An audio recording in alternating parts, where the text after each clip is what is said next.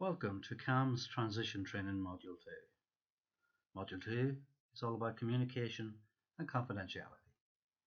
The learning aims for this module are communicating with a young person generally about mental health, communicating with professionals, and confidentiality issues. Communicating with your young person.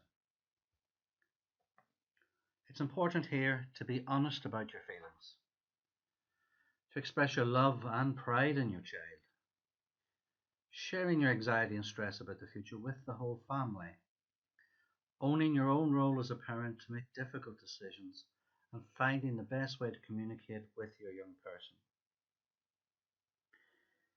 It is important to communicate to the young person generally about mental health, giving expectations of confidentiality and professional. You can talk to your young person about what you want to know and why, and also what you do not need to know. They are becoming an adult, so to some extent, regardless of mental health issues, giving as much independence as possible will help balance this.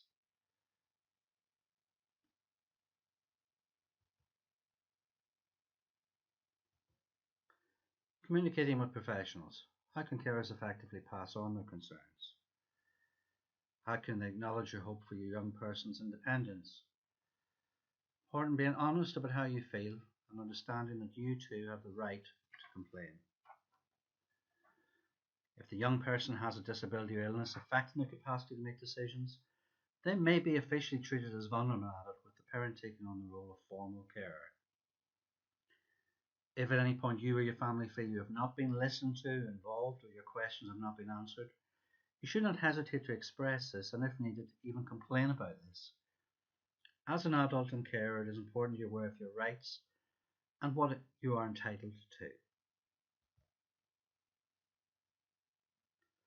This is a quote from a member of Refink whose son has a serious mental illness.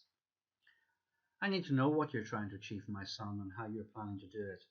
I need to understand the treatment that he's receiving so that I can play my part in his recovery program. What I do not need to know are the personal details of what takes place between him and the professionals concerned. Healthcare generally has increasingly been seen as a partnership between providers, patients, and their families. However, in mental health, there are differences of opinion about which information can be shared with carers. The sensitive nature of mental health problems means that there may be particular difficulties in relation to confidentiality in the sharing of information. This is linked to ethical and legal obligations and consent.